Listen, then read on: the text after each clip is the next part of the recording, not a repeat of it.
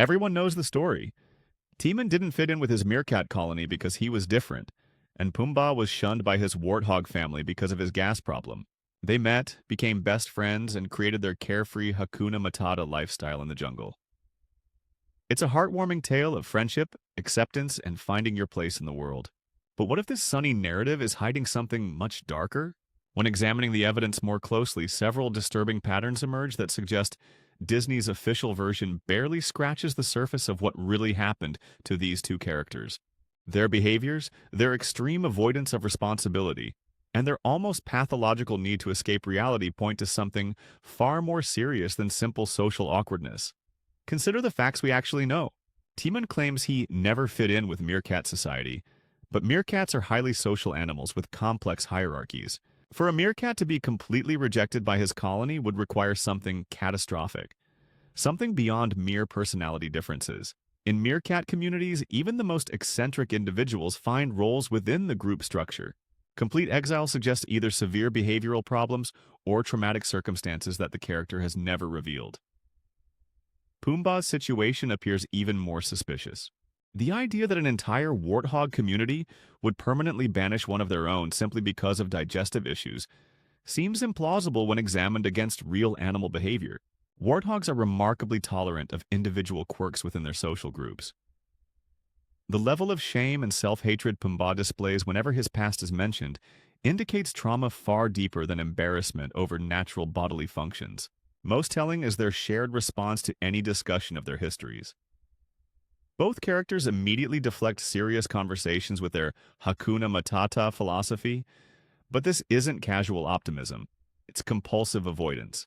They've developed an entire lifestyle built around running from problems rather than addressing them. This pattern is consistent with individuals who have experienced severe psychological trauma and have never processed those experiences.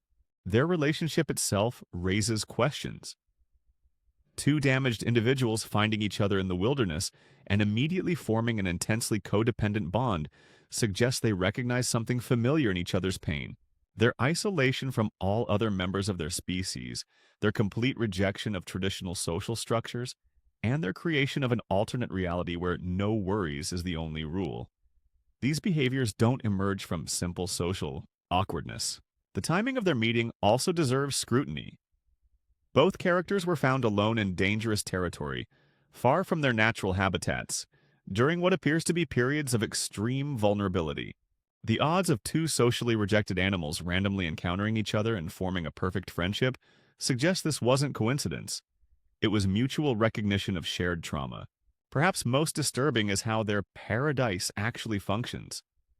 They've created a world where nothing matters, where responsibility is actively avoided, and where the past is forbidden territory. This isn't healthy coping, it's elaborate denial. Their entire philosophy centers on refusing to engage with reality, which indicates they're still running from whatever drove them into exile in the first place. When Simba arrives and eventually chooses responsibility over their lifestyle, both characters display almost panic-level distress. Their reaction isn't disappointment, it's terror. They're not just losing a friend. They're confronting the possibility that their entire worldview might be wrong, that running away might not actually solve anything. The evidence suggests that Timon and Pumbaa aren't lovable misfits who found happiness. They're trauma survivors who never dealt with their wounds. Their Hakuna Matata philosophy isn't wisdom. It's a psychological defense mechanism that's kept them trapped in an artificial existence for years.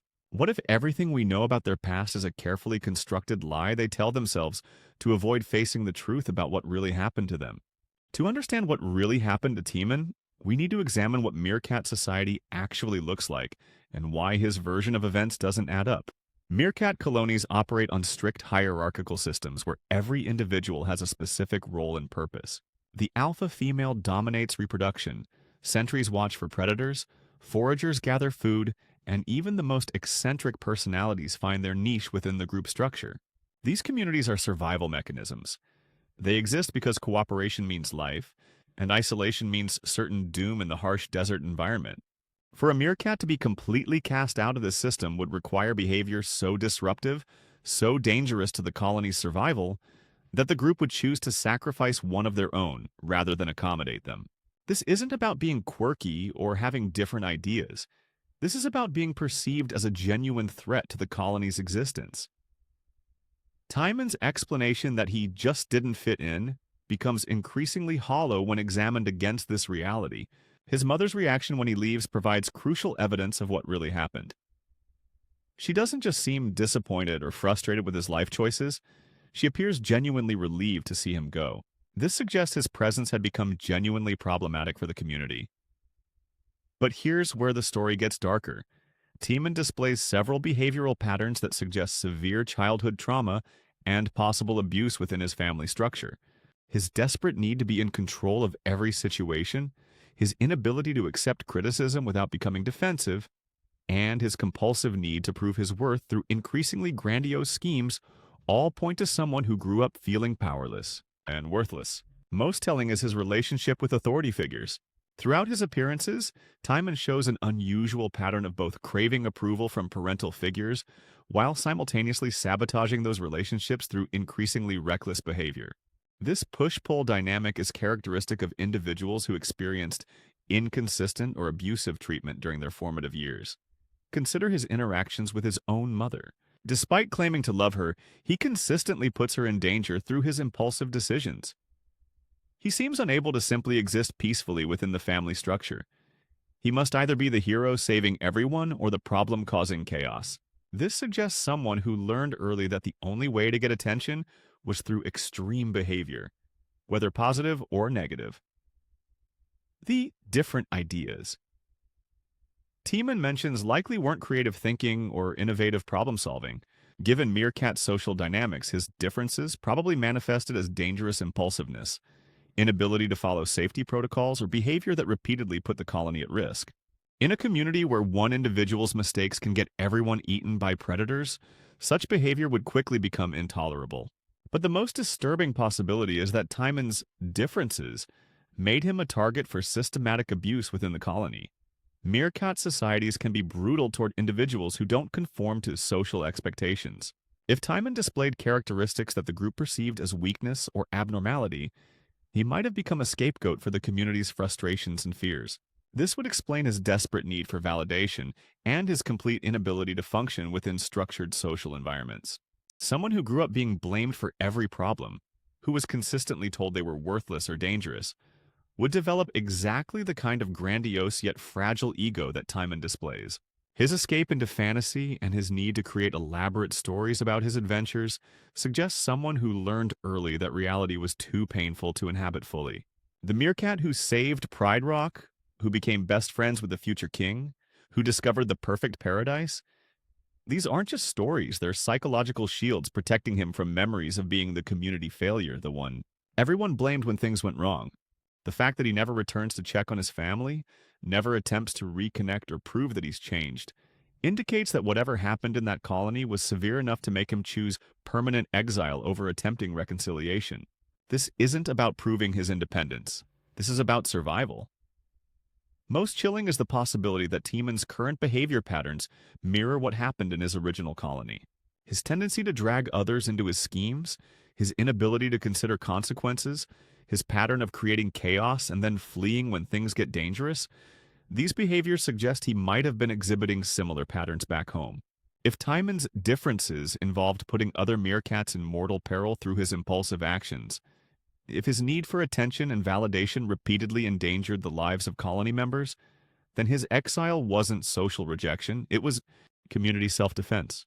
The happy-go-lucky meerkat who found his perfect life might actually be a traumatized individual whose own behavioral problems made him genuinely dangerous to be around, and who has spent years constructing an elaborate fantasy to avoid confronting the real reasons why everyone he ever loved eventually chose to let him go. While Timon's story reveals cracks under scrutiny, Pumbaa's explanation for his exile becomes completely implausible when examined against actual warthog behavior and social dynamics.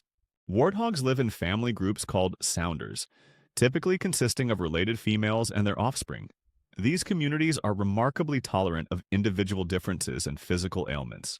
In the wild, warthogs deal with far more serious health issues, injuries from predators, parasites, skin conditions, without casting out family members. The idea that digestive problems alone would result in permanent banishment defies everything we know about warthog social structures. But Pumbaa's reaction to discussions of his past reveals the true depth of his psychological wounds. When his gas problem is mentioned, he doesn't just show embarrassment. He displays the kind of shame response associated with severe trauma. His entire body language changes, he becomes withdrawn and apologetic, and he immediately begins self-deprecating behavior that goes far beyond normal social awkwardness. This level of shame doesn't develop from natural bodily functions. It develops from being consistently told you're disgusting, worthless, or fundamentally wrong as a person. Pumbaa's reaction suggests years of systematic emotional abuse, where his physical symptoms became the excuse for deeper rejection and cruelty. Consider the timeline of his symptoms. Digestive issues in young animals are often stress responses to psychological trauma. If Pumbaa was experiencing abuse or severe neglect within his family group, his body would have responded with exactly the kind of digestive problems he describes. The physical symptoms weren't the cause of his rejection, they were the result of it. Most telling is his relationship with food throughout his adult life. Pumbaa displays classic signs of emotional eating and food addiction. His obsession with grubs and constant consumption patterns suggests someone using food as a coping mechanism for unprocessed emotional pain. This behavior typically develops in childhood as a response to trauma, abandonment, or emotional neglect. The way he talks about food reveals even more disturbing patterns. He describes eating as comfort, as solution to problems, as the thing that makes him feel better when everything else goes wrong. This isn't normal appreciation for meals. This is dependency behavior indicating that food became his primary source of emotional regulation during crucial developmental years. But perhaps most heartbreaking is how Pumbaa has internalized the blame for his own abuse. He genuinely believes he deserved to be cast out, that his problems made life unbearable for everyone around him. This self-blame is characteristic of abuse survivors who were taught that their natural reactions to trauma were the real problem, not the trauma itself. His desperate need for acceptance and his willingness to endure almost anything to maintain relationships suggests someone who learned early that love was conditional and could be withdrawn at any moment. The way he immediately assumes responsibility when conflicts arise, his pattern of apologizing for existing, his tendency to make himself smaller and less threatening, these behaviors don't emerge from simple social anxiety. They emerge from systematic conditioning that taught him his very presence was a burden others had to tolerate. The physical symptoms that supposedly caused his exile were likely the result of chronic stress from living in an environment where he was unwanted, blamed, and possibly abused. Young warthogs subjected to consistent emotional trauma would absolutely develop the digestive issues Pumbaa describes. His family didn't reject him because of gas. They probably rejected him first, and his body responded with stress-related symptoms that then became another excuse to blame him for their own cruelty. Most disturbing is the possibility that Pumbaa's family used his physical symptoms as a socially acceptable way to mask deeper abuse. Instead of admitting they were rejecting him for other reasons, perhaps he was born to a lower status female, or there were resource competition issues, or he simply didn't fit someone's expectations. They could point to his digestive problems and claim his exile was natural consequence rather than deliberate cruelty. This would explain why he carries such enormous shame about something that should be merely embarrassing. He knows on some level that the gas wasn't really the problem. The gas was just the excuse that allowed his family to abandon him, while maintaining their own sense of righteousness. His current behavior patterns support this theory. Pumbaa consistently puts others' needs before his own, even when it's clearly detrimental to his well-being. He accepts blame for problems he didn't cause and immediately offers to sacrifice himself when conflicts arise. These aren't personality quirks. These are survival mechanisms developed by someone who learned that taking responsibility for everything, even things beyond his control, was the only way to avoid worse consequences. The warthog who claims he left because nobody could stand to be around him might actually be a trauma survivor whose family found his natural stress responses to their abuse too inconvenient to tolerate, and who has spent years believing he deserved the abandonment that nearly cost him his life. When Timon found him, he wasn't discovering a quirky friend with social problems. He was encountering another broken individual whose capacity for self-blame matched his own need to avoid responsibility for the chaos he created. When two severely traumatized individuals find each other in the wilderness, both running from psychological wounds too painful to process, They don't create healthy coping strategies. They create elaborate avoidance systems that allow them to survive without healing. Hakuna Matata isn't a philosophy of peace and acceptance. It's a trauma response disguised as wisdom. Examine how this no-worries lifestyle actually functions in practice. Every time a serious problem arises, every time responsibility appears, every time the past threatens to intrude on their present, Timon and Pumbaa immediately deflect with their catchphrase and retreat further into their artificial paradise. This isn't healthy stress management. This is pathological avoidance behavior. Real emotional maturity involves learning to process difficult experiences, to sit with uncomfortable feelings, and to take appropriate responsibility for one's actions and their consequences. Timon and Pumbaa have created a system where none of these healthy responses are allowed. Their entire worldview is built on the premise that nothing should ever be taken seriously, that consequences don't matter, and that the past should be completely ignored. This works perfectly for two individuals whose pasts are too traumatic to confront directly. By creating a lifestyle where deep thinking is actively discouraged, where emotional processing is replaced with constant distraction, and where personal growth is unnecessary because everything is perfect as it is, they've constructed a psychological bubble that protects them from having to deal with their unresolved trauma. But this protection comes at an enormous cost. Neither character has developed genuine emotional resilience, healthy relationship skills, or the ability to handle normal life stresses without retreating into fantasy. They're not living, they're hiding. Their codependent relationship enables this dysfunction in dangerous ways. Timon's need for control and validation is perfectly matched by Pumbaa's need to be useful and accepted, even at his own expense. Timon gets to be the leader and decision-maker he never was in his colony, while Pumbaa gets the unconditional acceptance he never received from his family. Neither has to confront the deeper issues that created these needs because they're getting their psychological fixes from each other. This mutual enabling explains why they become so distressed when their system is threatened. When Simba begins showing signs of maturity and responsibility, when he starts talking about returning to face his problems rather than running from them, both characters react with something approaching panic. They're not just losing a friend. They're confronting the possibility that their entire approach to life might be fundamentally wrong. Their desperate attempts to keep Simba in their jungle paradise aren't about caring for his well-being.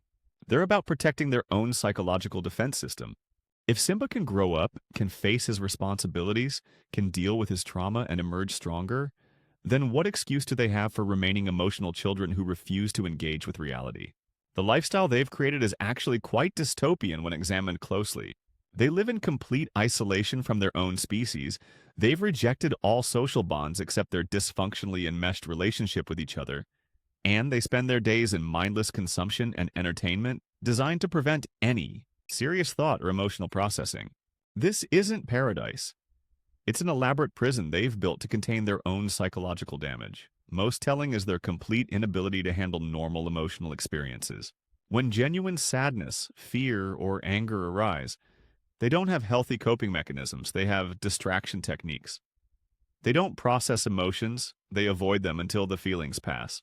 This works in the short term but creates enormous psychological pressure over time, as unprocessed trauma continues to accumulate. Their diet of grubs isn't just unconventional, it's symbolic of their entire approach to life. They consume whatever is immediately available, require no planning or effort to obtain, and provide instant gratification without nutritional substance. This mirrors their emotional consumption patterns. Immediate comfort, no long-term planning, and avoidance of anything that requires genuine effort or delayed gratification. The jungle itself becomes a metaphor for their psychological state. It's beautiful and appears peaceful, but it's also isolated, hidden from the outside world, and completely disconnected from the natural social structures both characters evolve to inhabit. They've created a bubble reality where their trauma symptoms can be managed through constant avoidance. But this bubble requires increasingly desperate measures to maintain. When cracks appear in their system, when Simba starts asking about his past, when he shows signs of wanting to return to his responsibilities, when he demonstrates that it's possible to face trauma and emerge stronger, their response isn't supportive. It's desperate self-preservation. They try everything they can to prevent him from leaving because his departure would force them to confront the possibility that healing is actually possible. that their years of avoidance haven't been necessary survival but chosen stagnation. Their Hakuna Matata philosophy doesn't create peace. It creates stagnation. It doesn't eliminate worry, it eliminates growth. It doesn't solve problems. It prevents people from developing the emotional tools necessary to handle problems when they inevitably arise. Two traumatized individuals haven't found wisdom in the jungle. They've found a way to survive without healing, and they've convinced themselves that their elaborate avoidance system represents enlightenment rather than what it actually is. A shared psychological defense mechanism that keeps them trapped in permanent emotional childhood. The final piece of this psychological puzzle reveals itself when we examine what Timon and Pumbaa's relationship actually represents, and what their connection to Simba means for their carefully constructed defense system. When two trauma survivors find each other at their lowest points, they don't form healthy friendships based on mutual respect and growth. They form trauma bonds, psychological connections forged through shared damage rather than shared strength. Timon and Pumbaa didn't become friends because they enjoyed each other's company. They became codependent because they recognized their own brokenness reflected in each other. This explains the intensity and desperation of their bond. Neither character has other relationships, neither maintains connections with their own species, and neither shows any interest in forming new social bonds. They've become psychologically fused, not through genuine intimacy, but through mutual enabling of each other's avoidance behaviors. Timon gets to play the role of wise leader he was never allowed to be in his colony, while Pumbaa gets to be useful and accepted without having to confront his own self-worth issues. But trauma bonds are inherently unstable because they're based on dysfunction rather than health. The relationship only works as long as both parties remain equally damaged and equally committed to avoiding growth. When one person begins to heal or change, the entire dynamic becomes threatened. This is exactly what happens when Simba enters their lives. Simba represents something terrifying to both characters: the possibility of facing trauma and emerging stronger.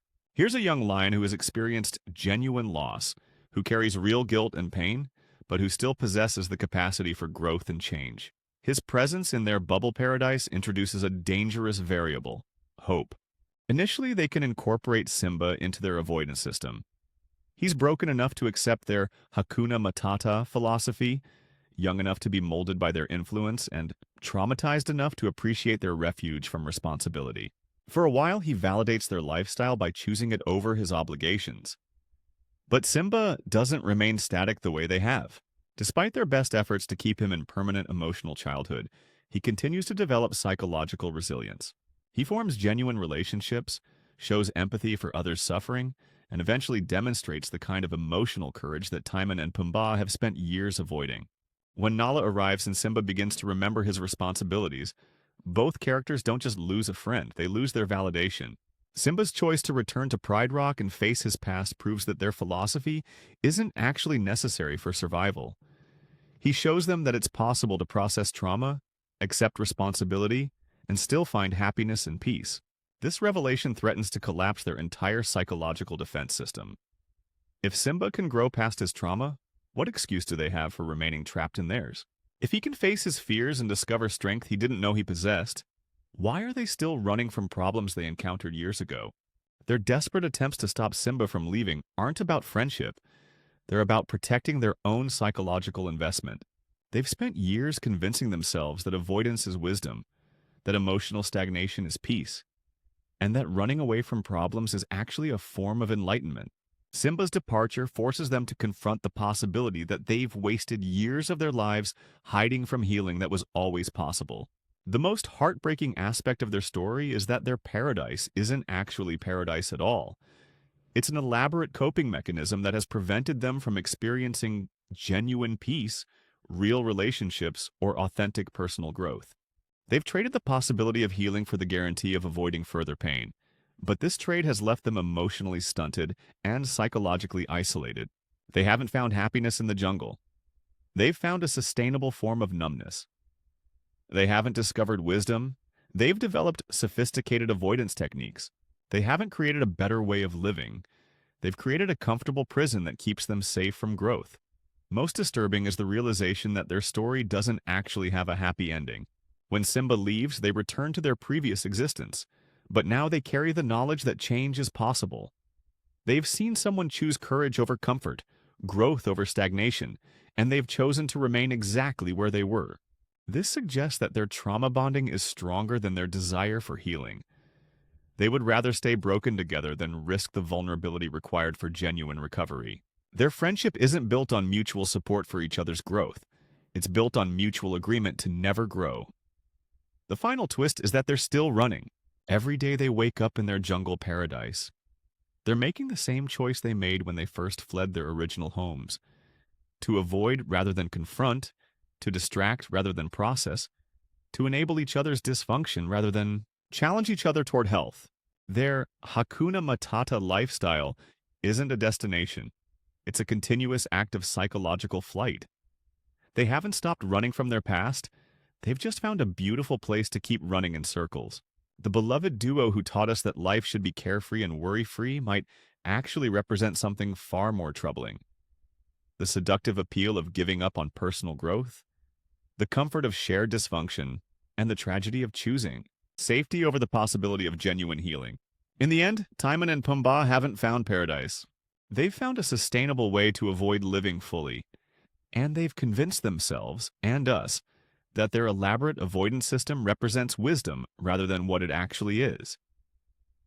Two broken individuals who found each other and decided that being broken together was safer than risking the pain that comes with trying to heal.